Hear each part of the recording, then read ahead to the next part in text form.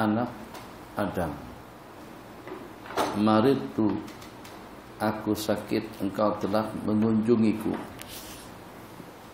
Qala ya Rabbi, anak Adam pun bertanya, ya Allah, kaifa a'uduk, bagaimana aku mengunjungimu sedangkan engkau adalah pencipta alam semesta.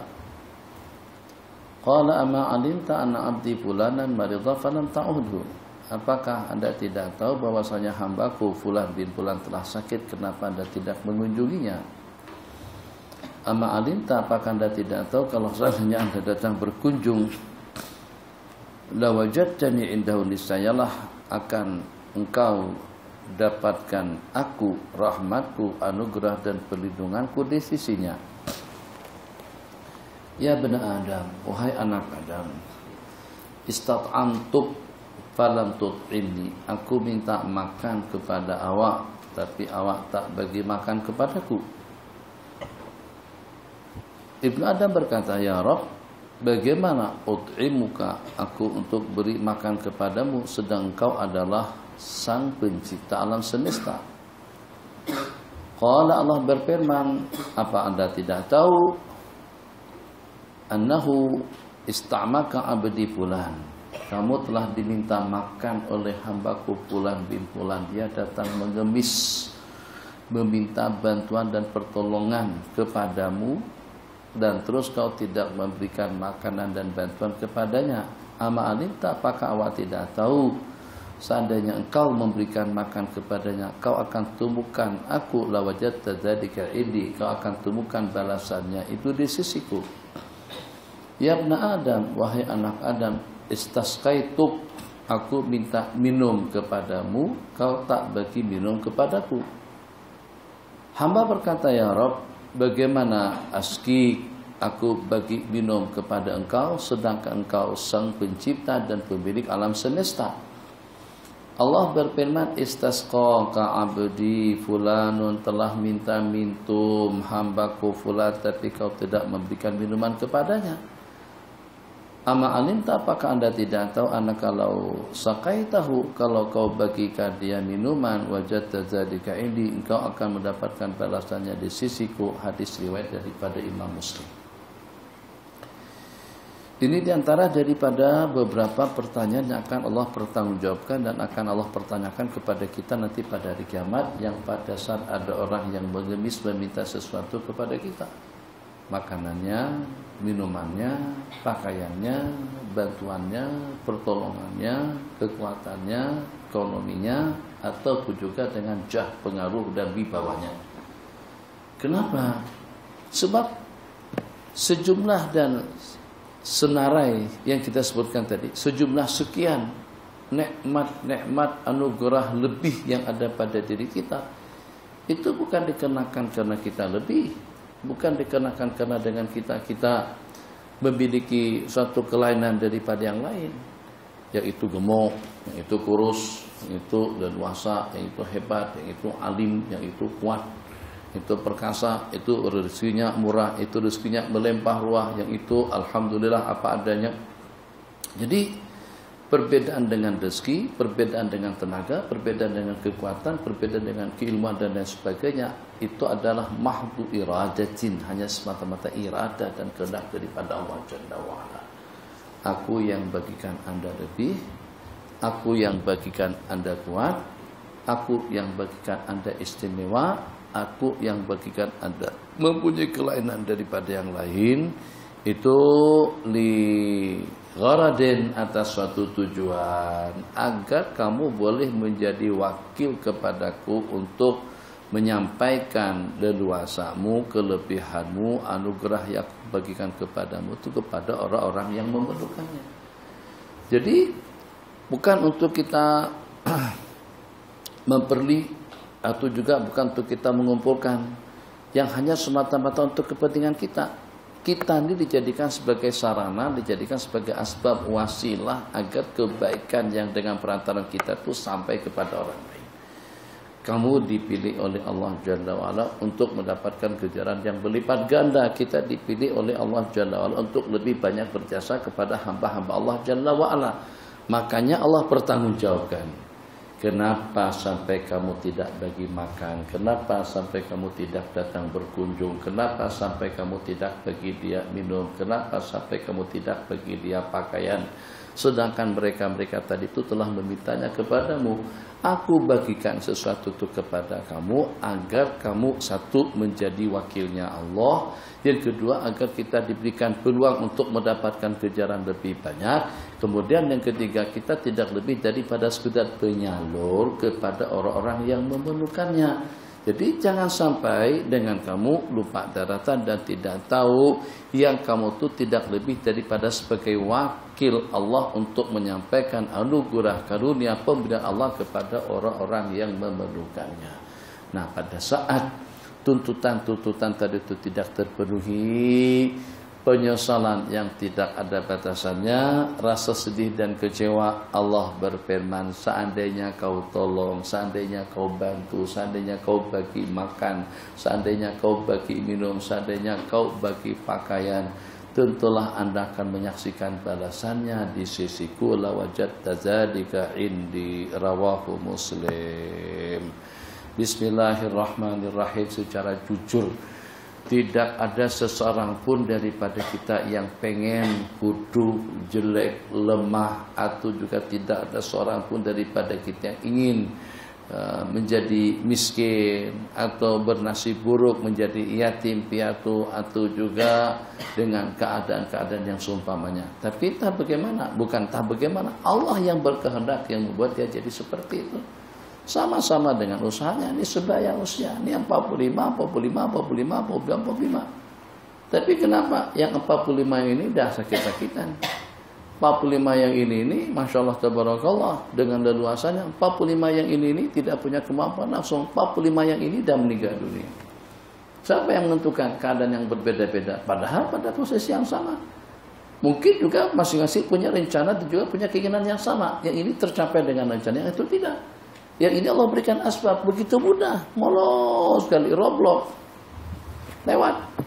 Yang itu kena skat, IC, permit, macam-macam. Yang itu, Waalaikumsalam. Salam. Dia mungkin diantara daripada kuncinya, nyalakan lampu, turunkan cermin, pasrah, Assalamualaikum. Polisi tak kacau kita. Tapi kalau kelihatan gelap, nampak kelihatan gegabah, ketakutan, itu kayak mengundang perhatian. Kita sudahnya salah, jangan mengaku betul. Kalau memang salah kita minta maaf lah, wajar-wajar saja. Kita ada salah, ketahuan dia kita terpakai tali kereta. Jangan gegabah pasang tali kereta pada waktu depan polis, itu berarti kita mengaku kesalahan kita. Jadi tak apa yang mengaku kesalahan, tapi kita minta maaf. Jadi bagaimana kalau tak pasang tali kereta, polis sudah di depan, nyalakan lampu, supaya jangan sampai kita nampak kelihatan ketakutan seperti pendatang yang tak ada permit, seperti pendatang haram. Tentu. Kemudian yang kedua, turunkan cermin dia supaya dia boleh jam kita, segan dia. Assalamualaikum, Cik Pak Kanda. Waalaikumsalam, Pak Haji. Assalamualaikum, lewat. Kemudian, Waalaikumsalam, Pak Haji, hijau. Dan lewat, alhamdulillah. Dan salam. Sama-sama hijau. Itu biasanya lah seperti itu. Nah, kalau polis itu tak mau juga memaafkan kita, kita baru cari jalan lain. Tadi kita ikut jalan lain, nanti kita baru cari jalan lain. Ikut jalan lain, minta maaf, minta ampun. Kalau ternyata dia nak kacau dan nekat juga, kita cari jalan lain. Kalau ada kad nama Brigadier Jenderal kah, Menteri kah, atau Ketua Polis Negara kah, bagi nama. Oke lah, kalau macam itu saya minta maaf. Kalau boleh saya nak hubungi, tunjukkan kad. Dia tengok nama Ketua Polis Negara situ. Oke, nanti lain kali jangan macam itu ya. Itu pengalaman saya di Jakarta lah, beberapa kali macam itu. Rupa-rumah kad nama itu pun besar syafaatnya. Baru kad nama. Kalau tidak dia saman, minta maaf. Saya orang Bogor, saya tak tahu jalan di Jakarta. Tapi ini tidak betul. Kamu kan bagi segenap kona kiri, tapi kamu street, itu salah. Itu membahayakan orang di belakang. Ya tahu, tapi kan saya juga udah minta maaf nih, minta maaf. Tidak, tetap juga mau disama dia, nah ambil lesen saya. Saya ada kenalan Haji Manahan di Jakarta, Ketua Polis Metropolitan. Saya tunjukkan kad beliau, kata itu udah lusuh, telepon beliau itu udah berganti berpuluh-puluh kali. Kalau ditelepon pun beliau tidak akan angkat. Telepon sudah diganti. Tapi itu polisi ketakutan. Polisi ketakutan kalau dipindahkan. Awas kan buang kerja, ke antar ke Sarawak, Sabah, Sarawak, ke kota kita baru. Itu kita ada, karena kita ada pasrah, kita minta maaf. Ternyata tidak juga, dikira kita tak ada kenalan. Itu di Indonesia kalau ada kenalan jenderal, gambar dengan orang-orang penting itu perlu sangat besar faedahnya. Jadi kadang-kadang kita diajak bergambar. Ada gambar entah dalam laptop kah, dalam apakah, gambar dengan menteri, gambar dengan jenderal, atau gambar dengan menteri apa saja. Manfaatnya besar. Pengaruhnya Masya Allah, tabarakallah. Hadis, baca.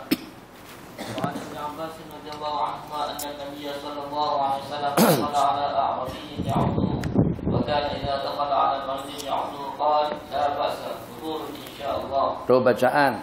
Kalau pada waktu kita datang mengunjungi orang sakit, kita doakan. Yang pertama, dan kita ucapkan tahur, bersih, suci, molos, sehat afiat, insya Allah. Itu mana tahur. Tapi mungkin pada saat ketika itu Nabi kita tersalah alamat, datang mengunjungi seseorang yang tidak punya kesadaran. Yang Nabi kita kunjungi seorang Arabi.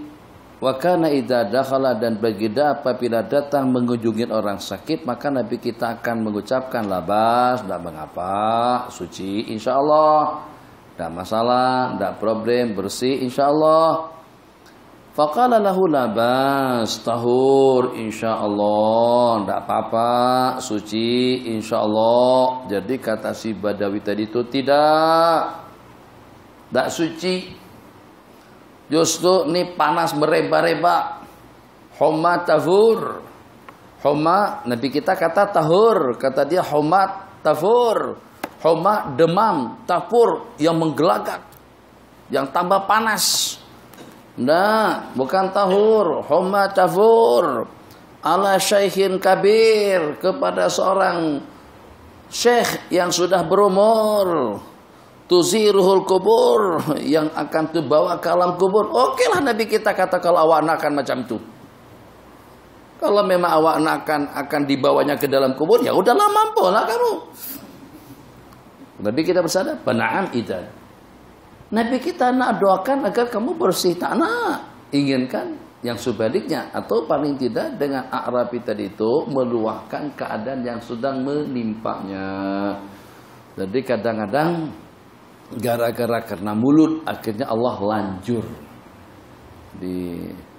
Mungkin Allah dah tentukan kita ni sial kali.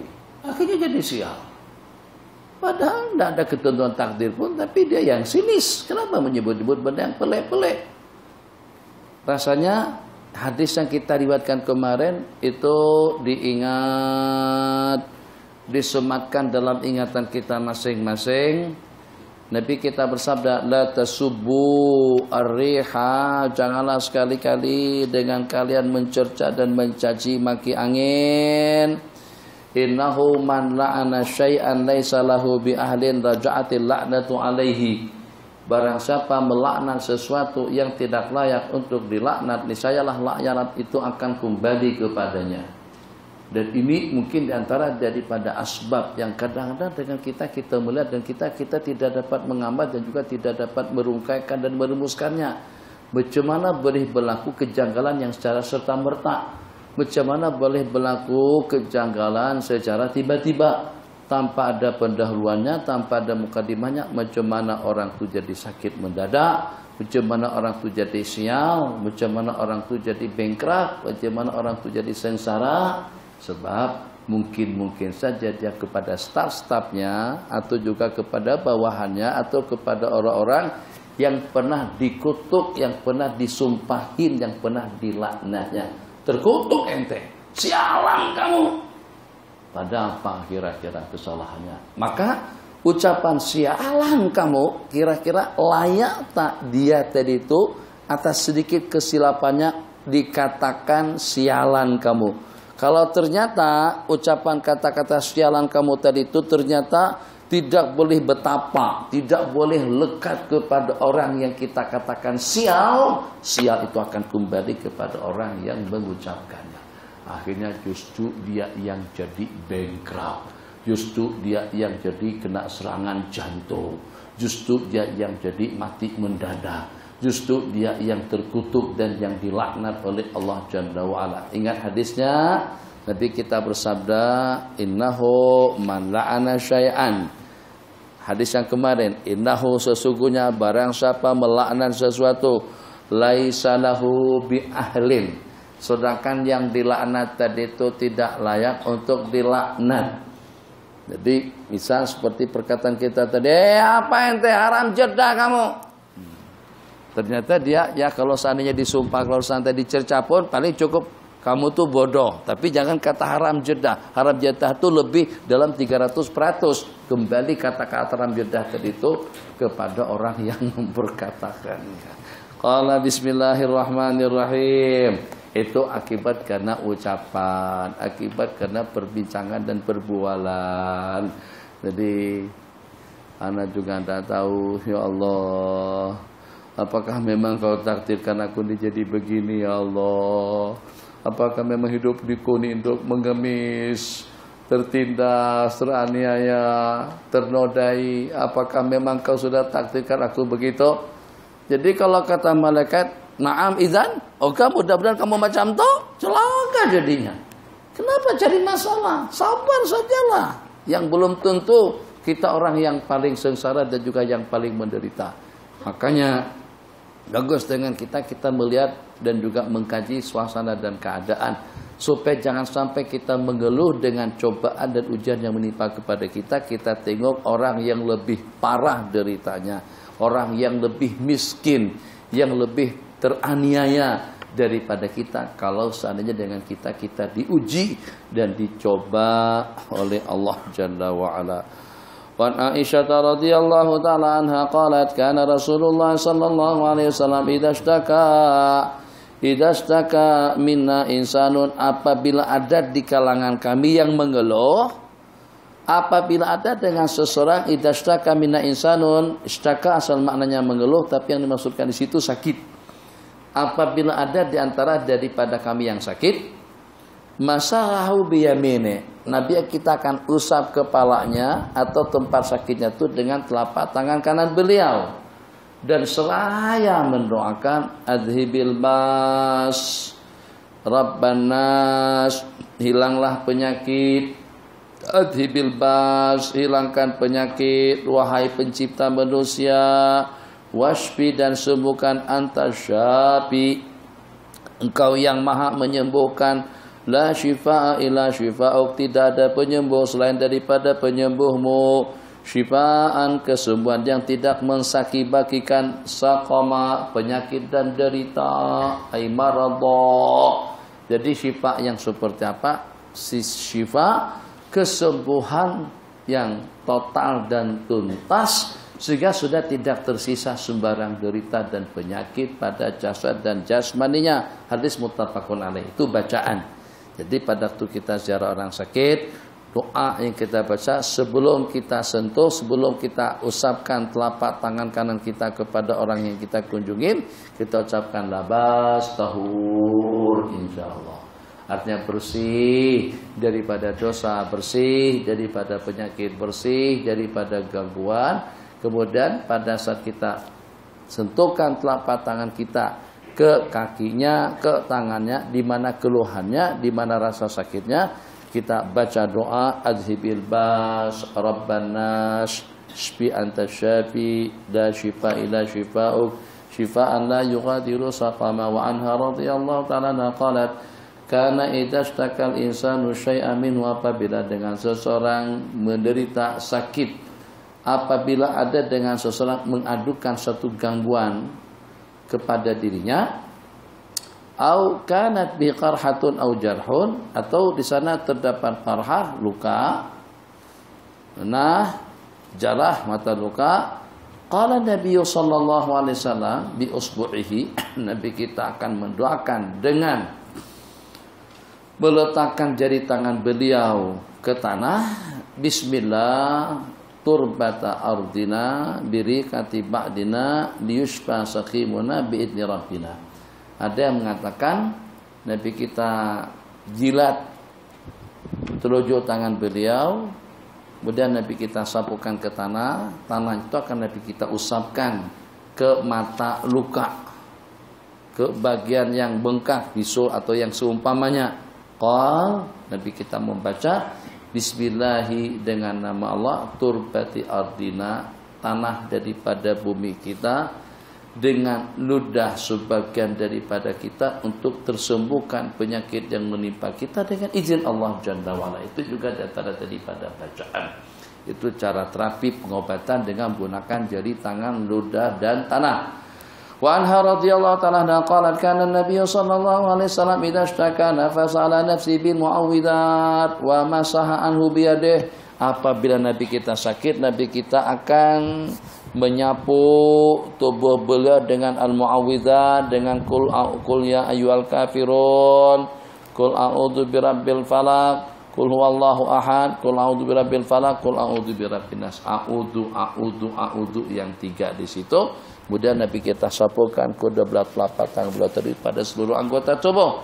Wa masah anhu biyadi pamashtaka waj'ul ladzi palamashtaka lamma betulkan palamashtaka waj'ul ladzi tufiyahi bihi. Pada saat Nabi kita ditimpa sakit yang membawa kepada kematian beliau, maka akulah yang meniup bil mu'awwidzati allati kana yampus wa amsahu biyadin Nabi sallallahu alaihi wasallam. Jadi dengan menggunakan dua telapak tangan baginda Nabi, tapi dengan bacaannya aku yang membacakan. Aku yang membaca guna dua telapak tangan Nabi, aku bacakan qul huwallahu ahad, qul a'udzu birabbil falaq, qul a'udzu birabbin nas. Kemudian aku usapkan kedua telapak tangan baginda Nabi ke seluruh anggota tubuh beliau. Wa fi riwayatin li Muslimin qalat kana idza marida ahadun min ahli baitina fas'alaihi bil mu'awwidzat. Ini diantara daripada terapi dan juga bacaan yang dibaca untuk kita membantu, untuk kita menawar atau mengobati orang sakit, itu dengan membaca 3 qul atau dengan al-mu'awwidzat as-salasah yang diantaranya qul huwallahu ahad. Riwayat daripada Utsman ibn Abil Asi radhiyallahu ta'ala anhu syaka, beliau pernah mengadu kepada baginda Nabi wajan tentang penyakit yajidu fi jasadih. Ada rasa pegal, ada rasa perih, ada rasa sakit pada anggota tubuh beliau. Faqala lahu Rasulullah sallallahu alaihi wasallam, Nabi kita bersabda kepadanya, "Dha' yadaka 'ala alladhi ya'lamu min jasadik." Letakkan tanganmu pada bagian yang tersakit. Sakit sini, pegangkan ke sini. Sakit gigi, letakkan ke sana. Sakit lutut, letakkan ke lutut. Sakit pinggang, letakkan ke pinggang. Sakit punggung, letakkan ke punggung. Sakit paha, letakkan ke paha. Mana saja bagian yang sakit, letakkan tanganmu ke situ. Waqul, kemudian baca. Sakitnya di mana? Sini, penggelangan. Letak di situ. Bismillah, bismillah, bismillah. A'udzu bi'izzatillahi, itu tulisannya Allah. A'udzu bi'izzatillahi wa qudrati min syarri ma ajidu wa uhadir. Dibaca sebanyak 7 kali. Selepas baca basmalah 3 kali, nih istri kesakitan, nih suami kesakitan, ini anak kesakitan, letak tangan atas lututnya kalau lututnya yang sakit, letak tangan atas kepalanya kalau kepalanya yang sakit, letak tangan atas perutnya kalau perut yang sakit. Nah, di mana saja yang sakit letakkan di situ. Baca bismillah, bismillah, bismillah. Kemudian sebanyak 7 kali a'udzu bi'izzatillahi wa qudratih. Aku memohon perlindungan dengan keagungan dan juga dengan kudratnya Allah, min syarri ma ajidu wa uhadir, daripada segala kejahatan yang saya temukan dan yang saya waspadai. Min syarri ma ajidu, daripada kejahatan yang aku dapatkan, wa uhadir, hadar, dan yang aku waspadai, yang aku takuti. Tapi kalau kepada orang lain, min syarri ma tajidu wa tuhadir, Rubah redaksinya. Ini kalau kita sendiri sakit perut, kita baca juga yang itu, tapi tak sembuh-sembuh. Memang siapa kita dulu masalahnya. Saya kerap kali sih berobat macam itu, tak sembuh-sembuh pun. Ya memang mulut kita ini masih kotor lagi. Kita banyak mengopat. Kadang-kadang kita merapu, berepe, jadi tak terkesan bacaan-bacaan yang seperti itu. Mulut mereka senantiasa berzikir. Telapak tangan mereka tidak pernah menyentuh yang haram. Pandangan mereka tidak pernah dipandangkan kepada yang syubhat. Pendengaran mereka tidak pernah diperdengarkan kepada yang terlarang. Yang sehingga daripada jarak jauh pun mereka boleh dengar. Dari jarak jauh pun mereka boleh tengok. Yang walaupun hanya dengan sekali, dengan usapan telapak tangannya, tapi ternyata sembuh. Kenapa? Sebab telapak orang tadi itu senantiasa Quran di tangannya, tasbih di tangannya. Beda dengan kita, WhatsApp di tangannya, handphone di tangannya. Sentuhkan tak sembuh-sembuh. Kenapa? Sebab terdapat sentuhan handphone yang sudah merebar di telapak tangannya. Kalau dengan mereka Quran, tasbih, zikir, kemudian juga usapan pada waktu berdoa, tadahkan ke langit pada waktu bermunajat. Begitu diusapkan dan juga begitu disapukan dengan iringan doa. Bismillah, bismillah, bismillah. A'udzu bi'izzatillahi wa qudratihi min syarri ma tajidu wa tuhadir. A'udzu bi'izzatillahi wa qudratihi min syarri ma tajidu wa tuhadir. Sebanyak 7 kali. Begitu selesai dengan usapannya, seketika itu juga sembuh penyakitnya. Hadis qala fa'altu, maka saya lakukan, kata Sayyidina Utsman bin Abil As, fa'adhaballahu maka nabi, maka Allah hilangkan rasa perih dan sakit yang menimpa diriku. Wa Nabi Sa'idin al-Khudri radhiyallahu ta'ala anhu anna Jibril atan Nabi sallallahu alaihi wasallam faqala ya Muhammad ishtakaita, malaikat Jibril datang mengunjungi baginda Nabi dan seraya bertanya apakah awak sakit? Faqala na'am. Nabi kita bersabda iya. Malaikat Jibril merukyahin baginda Nabi dengan rukyah, bismillahi arqik, dengan nama Allah aku merukyahmu, min kulli syai'in yu'dzik, daripada segala sesuatu yang mengganggumu, min syarri kulli nafsin, daripada kejahatan tiap jiwa.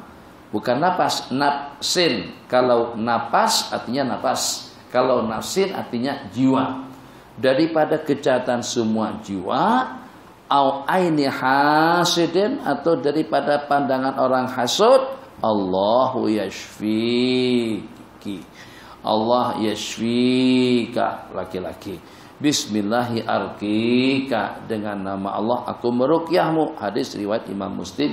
Itu rukyah malaikat Jibril kepada baginda Nabi, dan begitulah juga rukyah kita kepada orang yang sakit.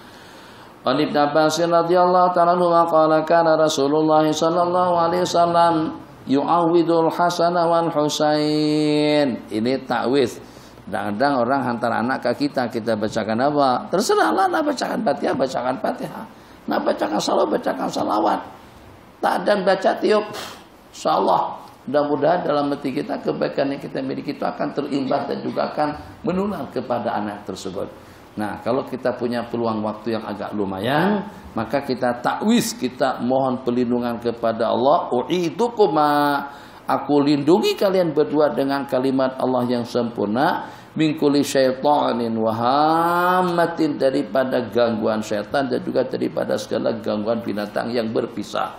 Wa min kulli ainin lamah, dan juga daripada pandangan mata hasud.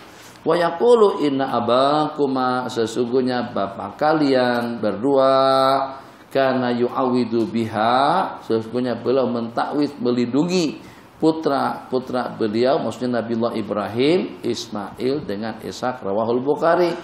Qala Rasulullah sallallahu alaihi wasallam ma min muslimin. Ini bahasa hakikat. Ini satu keyakinan, ini satu bukti yang dengan kita dapat membuktikannya, yang dengan kita dapat memastikannya. Kira-kira di mana posisi kita, di mana kita di sisi Allah kalau pada itu dengan kita memohon dengan doa yang Nabi kita ajarkan. Apakah akan terbukti sembuh secara seketika atau seperti apa? Bergantung kepada maqam dan keadaan kita di sisi Allah. Ma min muslimin, Tidak ada daripada seorang muslim yang datang mengunjungi seorang muslim lainnya di waktu sakit, fayaqulu sab'a marrat, kemudian dia doakan sebanyak 7 kali. Tidak ada daripada seseorang yang berziarah menziarahi orang sakit terus membaca doa ini sebanyak 10 kali, sebanyak 7 kali, melainkan dia akan disembuhkan oleh Allah, kecuali kalau memang sudah tiba ajalnya. Kalau sudah tiba ajal, doa apapun, bacakan apa saja tidak bakalan sembuh. Sebab itu sudah ketentuan takdir. As'alullahal azim Rabbal arsyil azim ayyashfiyak illa syufi. Kita mohon, kita bacakan sebanyak 7 kali. Aku memohon kepada Allah yang maha besar, pencipta aras yang besar, agar menyembuhkanmu. As'alullahal azim Rabbal arsyil azim ayyashfiyaka. As'alullahal azim Rabbal arsyil azim ayyashfiyaka. Lepas dia buka klinik untuk perobatan terapi ala sunnah nabawiyah. Awal-awal kena promosinya, propagandanya hebat, ramai orang yang datang. Setelah seminggu tutup. Kenapa? Karena tidak ada yang sembuh. Wala as'alullahal azim Rabbal arsyil azim ayyashfiyaka ila syufi. Sebab dia bergantung kepada keyakinan. Yang kedua bergantung kepada power dan keimanan. Yang ketiga bergantung kepada sidqu tawajuh kita kepada Allah Jalla wa'ala. Ya Allah, bukan aku yang menyembuhkan. Ya Allah, sebagaimana dia telah menaruh kepercayaan kepadaku, maka jadikan aku sebagai sebab, menjadi asbab kesembuhannya. Pasrah. Ada salah seorang daripada sahabat kita, asal daripada Djibouti, kawin dengan salah seorang warga dari Indonesia, terus hidup di Indonesia. Masya Allah, tabarakallah, yang stroke, kemudian yang yang lebam, yang bengkak, yang cacat, yang macam-macam berita, macam-macam penyakit dapat diterapi sama beliau. Tapi dalam waktu yang sama, putra beliau pun juga lumpuh, tidak dapat beliau sembuhkan. Itu Allah nak tunjukkan leluasa kudrat daripada Allah, bukan kamu yang menyembuhkan. Dan beliau pun juga menyatakan yang seperti itu. Anak kalau pada itu didatangi Nur, kata beliau, nama beliau Syekh Ramadan. Kata Syekh Ramadan, anak terus terang saja, sejak daripada dulu memang keluarga kami ini dikenal oleh masyarakat, keluarga yang mampu untuk membantu orang-orang sakit, yang kalau pada mereka berobat ke tempat kami memang mujarab Allah sembuhkan. Tapi dalam waktu yang sama anak sendiri lumpuh, tidak sembuh-sembuh. Kenapa? Sebab syifa, kesembuhan itu datangnya adalah daripada Allah Jalla wa'ala. Qala bismillahirrahmanirrahim. Ma min muslimin ya'udu musliman fayaqulu sab'a marratin.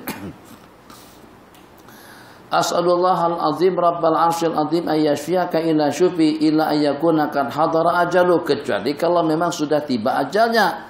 Orang yang sudah bakalan mati, orang yang bakalan akan meninggal itu didoakan dan dibacakan apapun tak bakalan sembuh. Kenapa? Ya sudah, kalau seandainya sembuh tak akan ada yang mati. Begitu mau mati doakan sembuh, begitu mau mati doakan sembuh. Jadi bila nak meninggal tidak ada lah. Jadi kita pesankan, pesan bersambung. Diingatin tuh, tolong Tuhan didoain dan dengan doa tadi tuh. Pokoknya kalau kita doakan Tuhan akan sembuh. Akhirnya Tuhan tadi berusaha sampai 1000 tahun tak mati-mati lagi. Kenapa? Karena doa bersambung. Nah, kalaulah kita bacakan doa yang seperti ini sekalipun, kalau ternyata ajalnya telah tiba, maka doa tidak mampu untuk mengelakkan seseorang daripada takdir. Nih habis. Itu tentang bacaan-bacaan yang patut dibaca, doa yang patut kita mohon kepada Allah pada waktu kita menziarahi orang sakit. Tajuk topik berikutnya sawabul marad, pahala orang sakit. Wa Nabi Hurairah radhiyallahu ta'ala anhu an Nabi Sa'id al-Khudri radhiyallahu ta'ala anhuma anin Nabi sallallahu alaihi wasallam ma yusibul muslima min nasabin.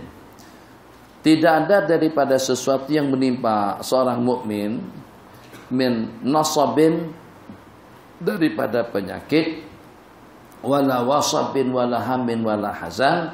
Tidak ada suatu keluhan, penyakit, ham, rasa bingung, rasa sedih, rasa duka, ada gangguan, gham, humum, sehingga sampai dengan duri yang menusuknya, melainkan Allah akan ampunkan dosa-dosa kesalahannya. Disinilah hubung kait doa yang Nabi kita ucapkan, tahur, baik itu dengan penyakitnya, problemnya, cobaannya, ujiannya. Kalau tabah dan sabar, bagus punya istri banyak, punya anak banyak. Supaya kita senantiasa dicerca, dicaci, dan diolok-olok sama mereka. Kalau tidak sabar, tak payah kawin lebih ahsan, lebih elok. Kenapa? Sebab kalau seandainya kita sabar dan tabah atas segala derita dan cobaan, ujian yang menimpa, apakah itu dalam bentuk celaan, cercaan, dibeli, diolok-olok, ataupun juga dengan seumpama syaukah yang menusuknya, seumpama duri dan kaca, seumpama duri dan belahan kaca, atau gangguan yang seperti apapun bentuknya, gangguan kepada jasmaninya, kepada rohaninya, gangguan kepada fizikalnya, gangguan kepada pikirannya, gangguan kepada keuangannya, gangguan kepada politiknya, gangguan yang seperti apapun bentuknya, itu akan menjadi asbab takfir kepada dosa-dosa kesalahannya. Qala hatta syauqati yushaquha Bang Azri sibuknya illa kafarallahu biha min khatayahu, melainkan Allah. Tidak apa-apa, dua kamera main tidak masalah, tapi jangan main handphone lain daripada yang dimainkan di sini. Mudah-mudahan jangan terulang. Qala ma ra'aitu ahadan illa kafarallahu biha min khatayahu, muttafaqun alaihi wa an Aisyah radhiyallahu ta'ala anha qalat ma ra'aitu ahadan al-wajau alaihi asyadda bir Rasulillah sallallahu alaihi wasallam. Aku tak pernah tengok seseorang derita yang paling dahsyat menimpa daripada baginda Rasulullah sallallahu alaihi wasallam. Tapi kita kalau demam betul. Jadi kalau kita Allah coba, Allah uji dengan ujian seperti itu, orang batuk sekali dia batuk 13 kali. Orang demamnya, panasnya dalam 42 derajat Celcius. Sementara dengan dia panasnya sampai 69. Orang stroke-nya hanya sedikit-sedikit saja. Dia stroke-nya total. Itu berarti kita ada sedikit dapat wirasah nubuwah, wirasah nabawiyah. Kenapa? Sebab baginda Nabi kalau pada waktu sakit, sakitnya 2 kali ganda penyakit yang menimpa kepada para sahabat. Jadi demamnya 2 kali ganda, letihnya 2 kali ganda, teruknya 2 kali ganda. Nabi kita bersabda, asyadun nasi bala'an al-anbiya'u thummal amtalu pal amsal, yang paling dahsyat adab dan cobaan, asyadun nasi bala'an, orang yang paling dahsyat cobaan dan ujian itu adalah para nabi-nabi dan rasul, dan orang-orang yang seumpama mereka. Summal amtalu pal amsal, semakin dekat, semakin lekat, semakin dekat, semakin banyak anugerah nikmat yang Allah bagikan kepada kita, semakin banyak juga cobaan dan ujian yang akan Allah timpakan kepadanya. Qala bismillahirrahmanirrahim. Baca hadis.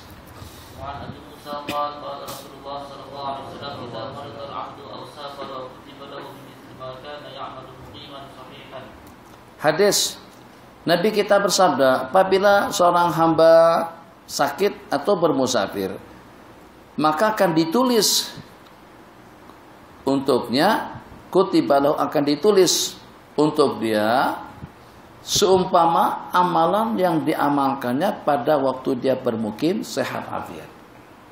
Dalam sebuah riwayat Allah berfirman, uktubu li abdi ma kana ya'malu fi sihhatihi wa fi dari iqamatihi. Tulislah ganjaran pahala untuk hambaku itu seperti amalannya pada waktu dia sehat dan juga pada waktu dia bermukim. Pada waktu kita musafir, letih. Apalagi kalau kita mandu sendiri, drive sendiri daripada sini ke Perak, ke Kelantan, ke Kedah, ke Johor, ke Jibi Johor Baru, bukan Jibi dekat. Jibi dekat pun juga letih. Allah kulihat sebab kena konanya banyak. Nah, jadi kita pada waktu sudah di RNR untuk sembahyang fardu itu pun susah sebenarnya. Seandainya ada keringanan tak sembahyang, kita lebih banyak yang tak sembahyang barangkali. Seandainya ada ketentuan hukum, suka pilih yang nak sembahyang, yang tanah pun tak apa. Anda rasa lebih banyak memilih yang tak apa tadi itu. Bukan milih yang sembahyang, tapi kena mau tidak mau kena sembahyang juga. Maka pada saat ketika kita sembahyang, jarang-jarang dengan kita meluangkan waktu banyak untuk berdoa, untuk berzikir, dan juga untuk melaksanakan qabliyah dan ba'diyahnya. Bahkan kadang-kadang kita sehingga di akhir itu hanya untuk melaksanakan sembahyang fardu saja. Nah, jadi yang pada waktu kita di sini, alhamdulillah qabliyahnya 4 rakaat, ba'diyahnya 4 rakaat, zikirnya lengkap, bacanya sempurna. Kita dapat tidak kurang daripada 3.369 ganjaran pahala. Tapi pada waktu kita musafir, kita hanya setakat mengerjakan yang fardunya saja. Kalau dengan hitungannya 300 ganjaran pahala saja misalnya, bisa saja. Nah, jangan walaupun hanya cuman mampu untuk melaksanakan yang fardu, tapi tetap saja ganjaran pahala yang kita dapatkan 3.369 ganjaran pahala. Kenapa? Sebab pada waktu kita musafir tidak seperti pada waktu kita bermukim. Pada waktu kita sakit tidak seperti pada waktu kita sehat. Karena Allah nak tunjukkan kepada kita betapa pemurahnya Allah. Pada waktu awak sakit pun tetap ganjaran pahalamu stabil. Pada waktu Anda musafir pun tetap Anda mendapatkan hitungan yang cukup. Tapi kata ulama itu kalau memang gigih pada waktu sehat dan juga pada waktu bermukimnya. Kalau seandainya waktu sehat tak berjemaah, tak sembahyang pas segala macam, itu tak akan dapat apa-apa pada waktu musafir. Apa yang nak ditulis? Yang stabil itu kalau seandainya pada masa dia mukim, pada masa dia sehat, dia senantiasa selalu membabitkan diri kepada kebajikan dan juga kepada kewajiban. Bismillahirrahmanirrahim. Innal abda idza kana ala tariqatin hasanatin minal ibadati, sesungguhnya dengan seorang hamba apabila dalam kehidupan yang elok daripada kebaikan, daripada ibadah, kemudian sakit, qila lil malakil muwakkali bihi, Allah berfirman dan memerintahkan kepada malaikat yang mengawalnya, uktub lahu mista amali, tulis seperti amalannya pada waktu dia sehat, dengan catatan masa sehatnya kita senantiasa istiqamah dalam ibadah, jarang-jarang kita tinggalkan, jarang-jarang absen meninggalkan kebaikan-kebaikan yang patut dikerjakan. Uktub lahu mista amali idza kana talikan hatta utliqahu au akfitahu ilayya. Tulis seperti amalan yang dilaksanakannya pada waktu dia sehat, maksudnya pada waktu dia bebas, sehingga sampai aku membebaskannya daripada penyakit, atau aku akan kembalikan dia kepadaku. Akfitahu ilayya. Wa Nabi Hurairah radhiyallahu ta'ala qala Rasulullah sallallahu alaihi wasallam asyhada'u khamsatun, syuhada itu ada 5 golongan. Al-mat'un, orang yang kena tikam. Al-mat'un, orang yang kena wabah taun, itu akan mendapatkan pahala syahadah nanti pada hari kiamat. Wal mabtun, yang mati kena penyakit perut atau juga disebabkan kena ceret-beret. Mat'un, mabtun. Ada yang mengatakan mabtun itu nama jenis penyakit, namanya daul batan. Ada juga yang mengatakan mabtun itu mati disebabkan kena sakit perut. 2, wal gharik, yang mati tenggelam, mati lemas, itu juga syahid. Wasahibul hadmi, yang mati kena keruntuhan disebabkan kena gedung runtuh, bangunan runtuh, apartemen runtuh, atau juga istana runtuh. Jarang-jarang istana runtuh sebab kuat ya, sebab belanjanya banyak. Qala wasahibul hadmi, gempa bumi, terkubur hidup-hidup, pahala syahadah. Qala wasyahid fisabilillah. Jadi syuhada ada 5. Ada sebagai ulama mengatakan 5 itu tidak ada mafhumnya, baik mati kena keruntuhan, mati kena kebakaran, mati lemas, mati kena tsunami, mati kena gempa bumi, mati kena ketimbun dengan runtuhan atau yang seumpamanya, itu kesemuanya akan mendapatkan pahala syahadah nanti di sisi Allah. Dan mereka itu dijuluki dengan syuhadaul akhirah. Di dunia tetap dilayan, sebagaimana kita melayan orang yang mati biasa, tapi di akhirnya akan mendapatkan pahala syahadah di sisi Allah. Habiskan. Bismillahirrahmanirrahim. 15 menit. Wa Usamah bin Zaidin Qala Rasulullah sallallahu alaihi wasallam, "At-ta'unu rijzun ursila 'ala ta'ifatin min bani Israil aw 'ala man kana qablakum. Fa idza sami'tum bihi bi ardin fala tuqaddimu 'alayhi." Fala tuqdimu 'alayhi. Wa idza waqa'a bi ardin wa antum biha fala tahuddu ziraran minkum. Nabi kita bersabda, ta'un itu adalah merupakan azab yang telah yang telah Allah kirimkan kepada kumpulan daripada Bani Israel. Ta'un itu adalah azab yang pernah Allah timpakan pada suatu golongan manusia daripada Bani Israel atau kepada umat yang sebelum kalian. Maka apabila kalian mendengarnya wabah ta'un itu menimpa suatu kawasan, fala tuqdimu alaih, janganlah sekali-kali kau datang ke kawasan itu. Kalau kita dengar ada ta'un di satu lokasi, maka jangan sekali-kali kau datang ke lokasi itu. Dan kalau pada saat berlaku di suatu lokasi, maka janganlah kamu keluar daripada lokasi itu. Jadi untuk menjaga supaya tidak berlaku penularan penyakit, yang di luar jangan masuk, yang di dalam jangan keluar. Bismillahirrahmanirrahim. Wa Anas radhiyallahu ta'ala anhu qala sami'tu Rasulullah sallallahu alaihi wasallam yaqul qala Allah tabaraka wa ta'ala idza talaitu 'abdi bihabibatihi summa sabar. Apabila aku menguji, memberikan cobaan kepada hambaku dengan kedua biji matanya, kemudian dia sabar. Sabarnya itu yang susah. Secara jujur jawabannya, jawab. Allah kata, pilih awak antara dua. Aku butakan kamu seumur hidup dan kamu masuk surga, atau kamu nak jelek mata begitu saja. Agak-agak kita milih apa? Hah? Pilih yang mana satu? Aku jelekkan mata kamu, leluasa kamu melihat apa saja sepanjang hidupmu, dan kebaikanmu, kejahatanmu itu nanti akan dipertanggungjawabkan pada hari kiamat dan juga akan dimuhasabah oleh Allah. Atau aku butakan kamu daripada sekarang sampai mati dan aku berikan Anda anugerah surga, atau aku masukkan kamu ke dalam surga. Kira-kira milih yang mana? Kita yang lemah iman nih. Haji milih yang mana Haji? Hah? Bimbang gak? Hah? Milih yang mana? Biar buta tapi masuk surga ya akhi. Kan buta masih boleh minta bantuan dengan keluarga, dengan anak dan lain sebagainya. Yang walaupun matanya buta, yang penting hati kita tidak buta. Di samping ada jaminan surga daripada Allah. Kalau hanya setakat bomoh saja menjanjikan, maaf apa.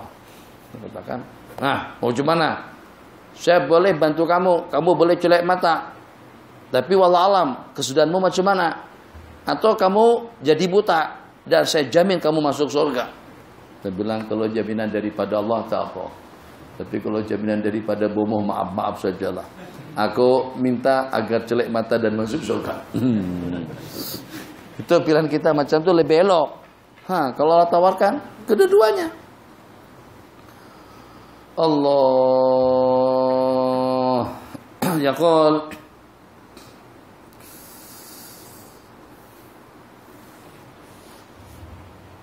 Yaqulullahu tabaraka wa ta'ala, hadis kursi, idza talaitu 'abdi bihabibatihi, apabila aku menguji hambaku dengan kedua biji matanya kemudian dia sabar, awatuhu minhu, maka aku gantikan kedua biji matanya tadi itu dengan surga. Makanya dengan kita jangan berpandangan sinis. Jangan sekali-kali memandang rendah orang-orang yang buta. Mereka sudah ada jaminan surga daripada Allah kalau pada itu mereka sabar. Apabila Allah menimpakan suatu ujian kepada kedua mata seseorang sehingga sampai dia menjadi buta total, sehingga sampai tidak melihat, memang kelihatan aneh. Ada dengan sebagian tuh nampak jelek mata tapi tak melihat. Itu yang kita agak bingung kadang-kadang. Kita tuh agak susah bermuamalah dengan orang seperti itu. Dia begitu.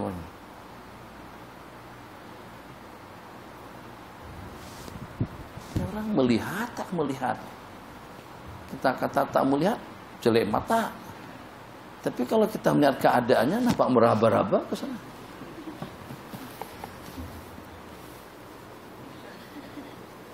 Kan selalu mata diangkat macam itu kan. Jadi kita pun Assalamualaikum. Tapi mata jelek. Tapi tak melihat. Nah, itu. Jadi tidak mutlak orang yang buta itu mata terpajam.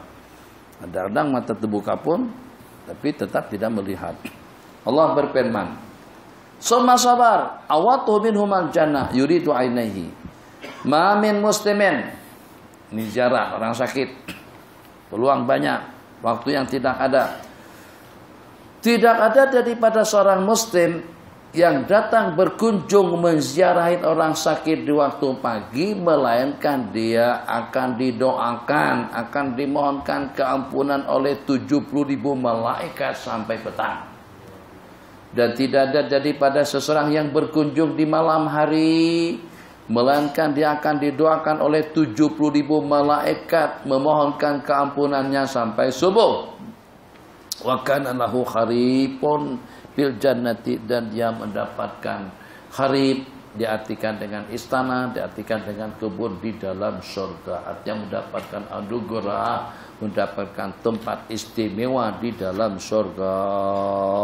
Riwayat man ada maridan, barang siapa datang mengunjungi orang sakit, lam yazal, senantiasa yahudu ar-rahmah hatta yajlis.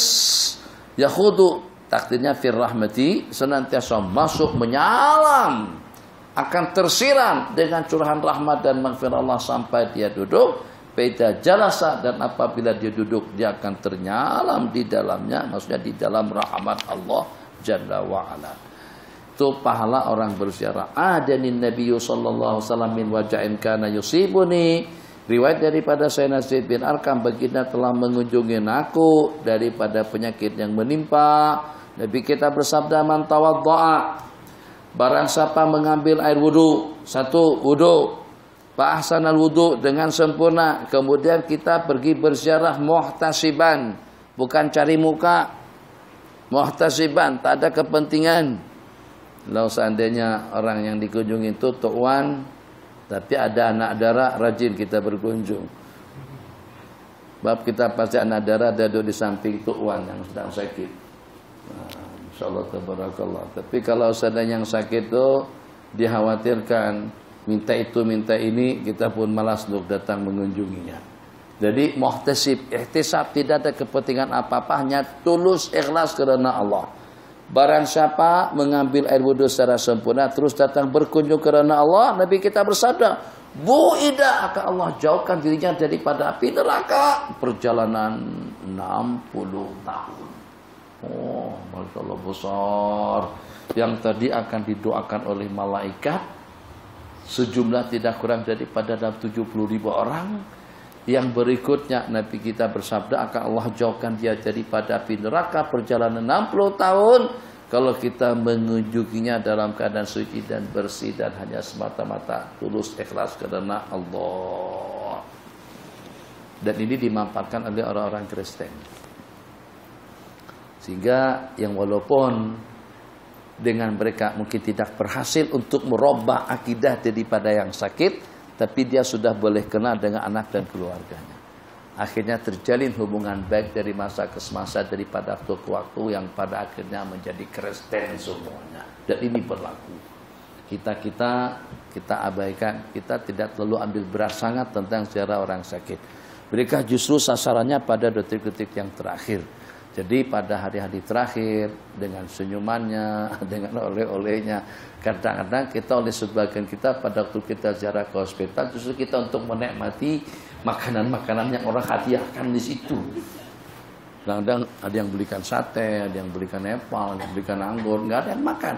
Orang sakit. Dulu pada waktu saya pernah diberikan pun makanan-makanan yang seperti itu. Coba berikan kepada orang yang sehat, habis sampai habis.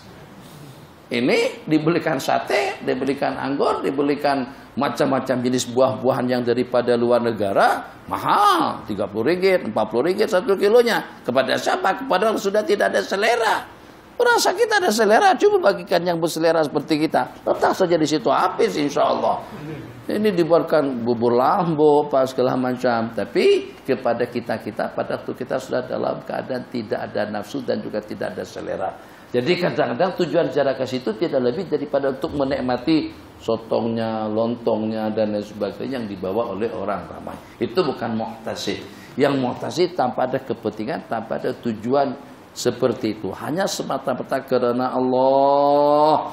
Itu yang balasannya akan Allah jauhkan daripada api neraka perjalanan 10 tahun. Hadis. Wa an Musa Rasulullah sallallahu alaihi wasallam qala la yusibu 'abdan nukbatun fama fawqa aw dunaha illa bi dhanbin wa ma ya'lamu Allah. wa ma asabakum min musibatin fabima kasabat aydikum wa ya'fu 'an katsir. An katsir. Ya Allah, itu hakikat. Yang walaupun kita tidak terlalu berkenan dengan hakikat ini, sebab itu menunjukkan atas satu keburukan. Riwayat daripada Abu Musa al-Ash'ari radhiyallahu ta'ala anhu qala anna Rasulullah sallallahu alaihi wasallam yaqul la yusibu abadan nakbatun. Tidak ada satu bencana, nakbah musibah, tidak ada satu bencana atau satu musibah yang menimpa kepada seorang hamba atau lebih daripada itu atau kurang daripada itu, melainkan itu kena dosa. Illa bidambi. Tidak ada suatu cobaan, suatu ujian, suatu musibah, suatu malapetaka, bencana yang menimpa kepada seseorang besar dan kecil, melainkan itu disebabkan kena dosa kesalahan. Wa ma ya'fullahu anhu katsir, tapi yang Allah ampunkan itu lebih banyak. Yang Allah timpakan sedikit musibah itu tidak lebih daripada untuk peringatan saja. Jadi ulama mengatakan cobaan dan ujian malapetaka yang menimpa kepada seseorang itu tidak luput daripada 3 keadaan. Yang pertama itu adalah sebagai suatu peringatan kepada orang-orang yang terbabit melakukan kesalahan dan kesilapan. Yang kedua itu adalah sebagai suatu azab, itu bagi seseorang yang lupa daratan dalam hidup. Yang ketiga itu adalah sebagai suatu kafarah, itu kepada seseorang yang molos dalam kehidupannya, sebab yang menimpa itu sebagai suatu ujian, sebagai suatu ujian daripada Allah Jalla wa'ala untuk keampunan dosanya atau untuk mengangkat martabat dan kedudukannya. Allah berfirman, wa ma asabakum min musibatin, tidak ada satu musibah yang menimpa kepada kamu melainkan itu disebabkan bima kasabat aidikum, itu disebabkan karena kasab, karena perbuatan daripada tangan kalian sendiri. Wa ya'fu an katsir, Allah maafkan sejumlah bilangan yang lebih banyak. Hadis yang terakhir, wa Anas radhiyallahu ta'ala anna Rasulullah sallallahu alaihi wasallam qala idza tuliyal muslimu bi bala'in fi jasadihi, apabila Allah menimpakan satu bala kepada seorang muslim pada jasadnya, sakit, lebam, bengkak, demam, perih, luka, lenguh, atau yang seumpamanya, Allah berfirman kepada malaikat, Allah berkata kepada malaikat, uktub lahu salihah amali ladzi kana ya'mal, tulislah kebaikan amalan yang dilaksanakannya pada masa sehat. Fa in syafahu, kalau Allah sembuhkan dia daripada penyakit tadi itu, ghassalahu wa tahara, Allah akan cuci, Allah akan bersihkan dia daripada noda dan dosa. Itu makna perkataan tahur. Wa in qabadahu, dan kalau Allah matikan dia, Allah ampunkan dan Allah rahmati dia dengan rahmat dan anugerahnya. Jadi ala kulli hal, bala, malapetaka, cobaan, musibah yang walaupun asbabnya daripada dosa, tapi kesannya itu adalah keampunan dosa. Yang kalau seandainya dia sembuh, itu akan menjadi pembersih. Yang kalau seandainya dia meninggal, dia akan mendapatkan keampunan dan rahmat daripada Allah. Hadza wabillahi taufik. Sallallahu ala sayyidina Muhammad wa ala alihi wasallam. Silakan yang ada soalan. Facebook.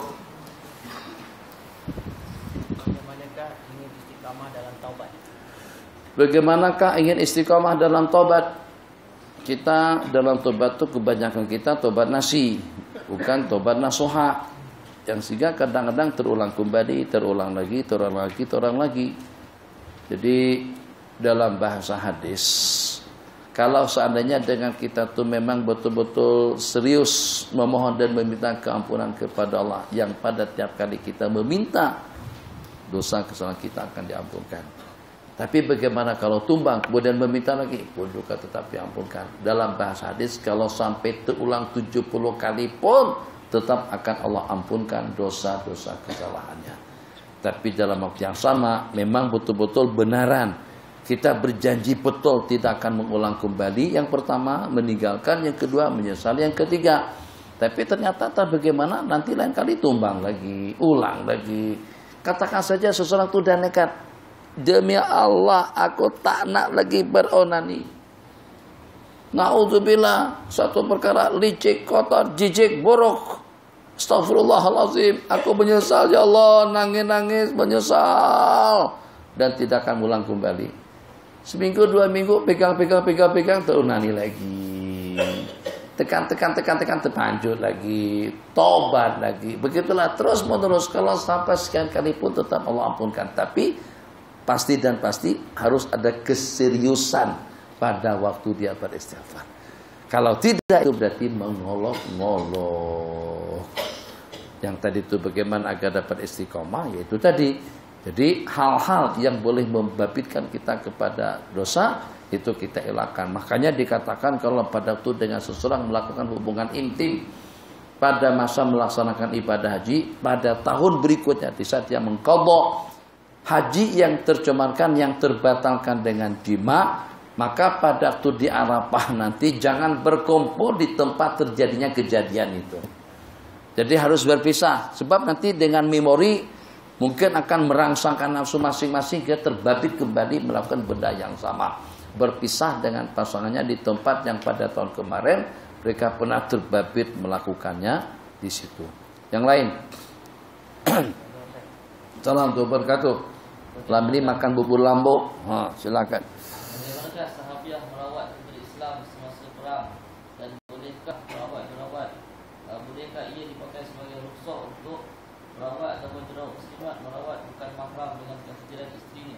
Kan dikatakan tugas-tugas wanita muslimah pada saat ketika itu adalah merawat orang-orang sakit, memberikan makanan dan minuman kepada mereka, memberikan persiapan dan keperluan-keperluan yang diperlukan, dan juga merawat dan mengobati orang-orang yang terluka dan juga orang-orang yang sakit. Kita dalam Islam ada kelonggarannya dalam hal-hal yang semacam itu. Sebab kenapa? Sebab mereka kekurangan tenaga. Begitulah juga dengan kita di hospital-hospital. Sebab kalau seandainya mengharapkan laki-laki yang merawatnya, laki-laki kita tahu sendiri kesabarannya kurang berbanding kalau dengan perempuan.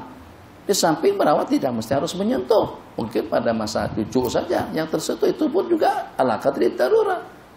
Jadi tak ada masalah. Kadang-kadang mungkin tersentuh, terpegang, asalkan tidak ada unsur kesengajaan. Tidak ada tujuan-tujuan yang negatif. Jadi kalau seandainya perempuan merawat laki-laki, laki-laki merawat perempuan, yang kalau memang secara sejenis itu tidak ada, tidak ada masalah, silakan saja. Dan itulah yang berlaku pada peperangan. Yang lain, ada Facebook. Salam berkatu. Tertib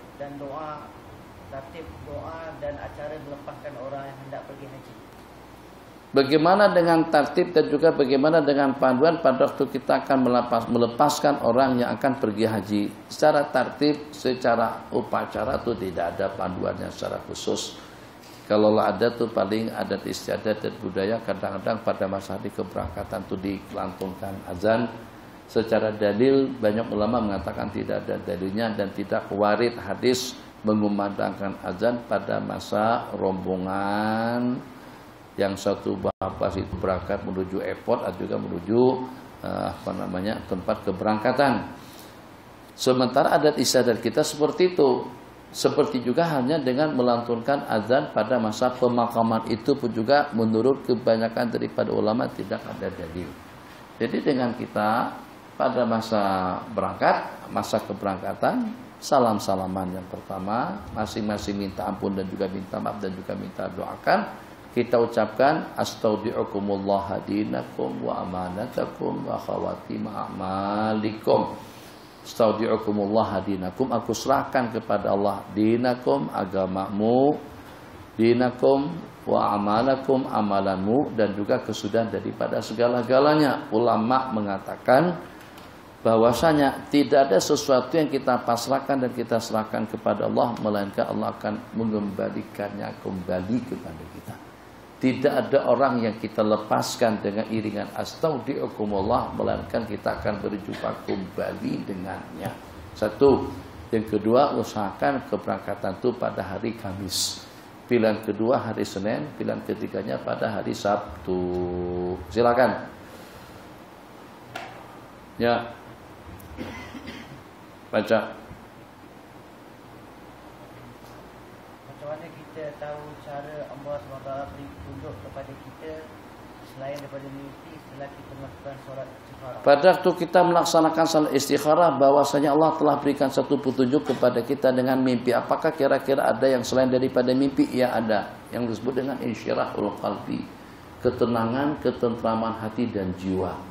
Jadi Allah ya Arhamar Rahimin, ya Allah, kalau memang baiknya aku berkawin lagi ya Allah. Allahumma astaghfiruka bi ilmik wa astaghfiruka bi qudratik wa as'aluka min fadlikal azim fa innaka taqdir wa la aqdir wa ta'lam wa la alam anta alamul ghuyub. Terjemahannya maknanya panjang, ke penghujungnya Allahumma in kunta ta'lamu, kalau engkau mengetahui saja kawin lagi ini yang terbaik untuk aku, masa depanku, keluargaku yang segera yang akan datang, maka mudahkanlah urusannya. Dan kalau seandainya kau mengetahui itu adalah merupakan kejelekan, keburukan, kesengsaraan, musibah, malapetaka kepadaku, jauhkanlah aku daripadanya dan jauhkanlahnya daripada aku. Waqtil waqdul liyal khair haitsuma kunt. Kemudian takdirkan yang terbaik di mana saja aku berada. Ulang lagi, diulang lagi sampai hati kita bening dan tenang. Tenang kepada apa? Tenang kepada kawin atau tenang kepada yang sebagainya. Ternyata macam-macam cobaan, macam-macam cabaran, macam-macam tantangan. Boleh kita alamatkan, Allah tidak restu. Ternyata banyak kemudahannya. Maisur, Masya Allah, tabarakallah. Banyak hal-hal yang di luar daripada dugaan kita. Saya ulang kembali, muslimat jangan minta madu asli, minta madu murni kalau pada waktu suami pergi. Pada waktu suami pergi, bang tolong dibeliin madu murni ya bangnya. Jangan minta madu asli, nanti dibawakan madu yang bergerak, yang boleh bercakap-cakap dengan dia. Musibah, itu madu asli namanya. Nah, hati-hati. Kalau di NTB ada satu julukan baru, istilah di sana ada yang disebut dengan jamu dan juga dengan jamal. Kita pun tertanya-tanya apa ini jamu dan juga apa ini jamal. Rupa-rupanya jamu itu adalah janda muda, sedangkan dengan jamal itu janda Malaysia. Apa dia cerita janda Malaysia? Sistem di Lombok kawin di sana tuh kawin dengan cara mencolik. Anak dari orang itu dicolik, diamankan di rumah keluarga. Nanti baru kita berbicara tentang mas kawin dan lain sebagainya. Kalau udah dicolik mau tidak mau kita kena nikahin. Diminta banyak pun kita kena bayar. Jadi ketika dicolik itu budaya. Budaya itu budaya Hindu. Anak orang dicolik. Nah, hati-hati. Itu budaya itu masih ada di sana. Hatta juga membabitkan kepada orang yang berpendidikan agama. Hanya bedanya kalau Hindu mencolik, Hindu akan manfaatkan, Hindu akan cemarkan, akan nodai. Kalau orang Islam yang mencoliknya, maka dengan perempuan tertentu diamankan di rumah keluarga si laki-laki itu. Terus calon suami akan membicarakan tentang akad pernikahan, resepsi pernikahan, mahar, kawin dan lain sebagainya. Jadi yang diistilahkan dengan jamal tadi itu, janda Malaysia itu seperti apa? Jadi banyak di kalangan warga-warga di sana masih dalam lingkungan usia di bawah 20-an, pengen mau kawin cepat, kadang-kadang justru daripada wanita itu minta dicolek. Perempuan itu yang meminta, colek aku. Nah, sebab kalau dia dicolek sama si laki-laki itu akan bertanggung jawab untuk menikahinya. Tapi dalam waktu yang sama laki-laki itu tidak punya duit, tidak punya uang. Akhirnya dia pinjam sana, pinjam sini. pinjam sana pinjam sini, selepas 2-3 minggu, seminggu 2 minggu kawin, dia tinggalkan kerja ke Malaysia. Selalunya orang Lombok bekerja di bagian pertanian. Hampir sawit-sawit kita di situ banyak dikelola oleh orang-orang Lombok, Nusa Tenggara Barat. Nah, jadi dia kumpul duitnya, diuduk di sini 2-3-4 tahun cari duit, baik ke Malaysia atau ke negara mana, akhirnya istrinya jadi jamu. Jadi janda muda. Nah, itu istilah baru. Jadi jangan terperanjat. Bang, beliin jamu bang ya. Bahaya.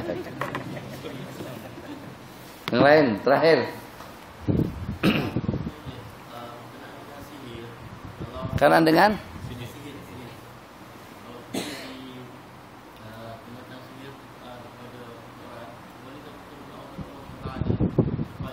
timpakan kembali penyakit itu pada muka tahu situ. Itu baru kita puas rasanya agar orang itu dapat merasakan seperti apa yang kita. Memang kepuasan hati kita itu seperti itu. Kalau dengan bahasa orang Mesir, wal badi azlam, orang yang memulakan itu lebih zalim.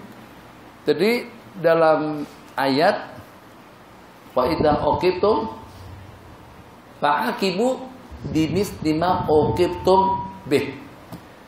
Wala in sabartum fahuwa khairun lis-sabirin. Jadi daripada ayat tadi itu ulama mengatakan kalau kita membalas seperti apa yang berlaku pada diri kita itu masih pada batas yang dibolehkan. Wa idza uqitum fa'aqibu, apabila kalian fa in aqabtum fa'aqibu bimisli ma uqibtum bih. Kalau pada itu kamu bertindak, maka bertindaklah kamu sebagaimana mereka bertindak ke atas kamu. Jadi kita minta hantarkan balik ya Allah, minta timpakan sebesar musibah yang telah menimpa kita. Setakat dengan ukuran yang sama bagus. Yang kita kadang-kadang kita doakan lebih sadis lagi daripada apa yang telah menimpa. Ya Allah, mampukan ya Allah. Keluarganya, adik-beradik, sanak saudaranya, kampungnya ya Allah, itu berlebihan.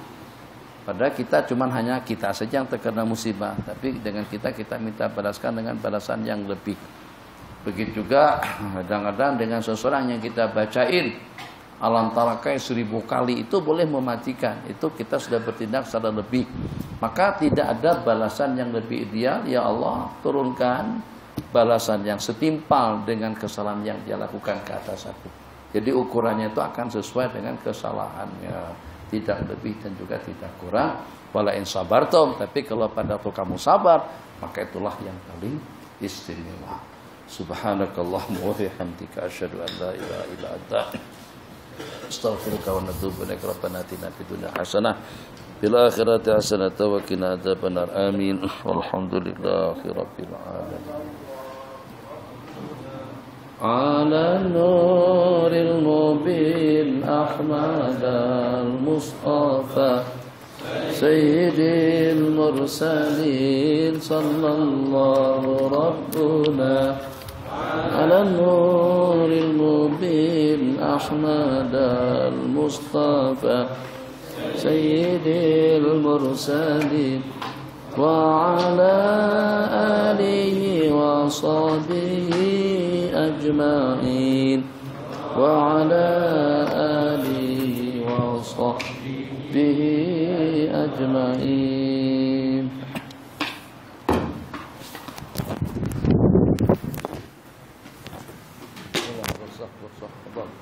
Silakan.